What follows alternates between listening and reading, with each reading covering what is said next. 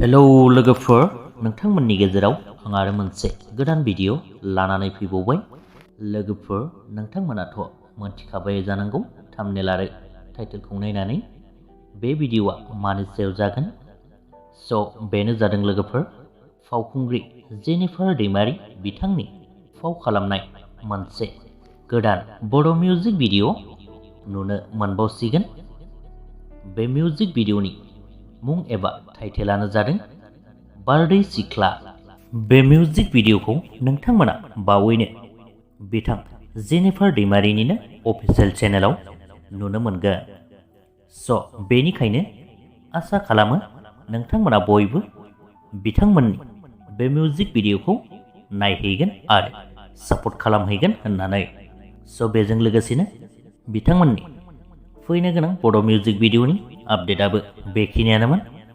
भिडिअखौ नायनानै मोजां मोनदोंब्ला लाइक खालामदो, लोगोसेनो चेनेलखौबो साबस्क्राइब खालामनानै लादो। गोजोन्थों।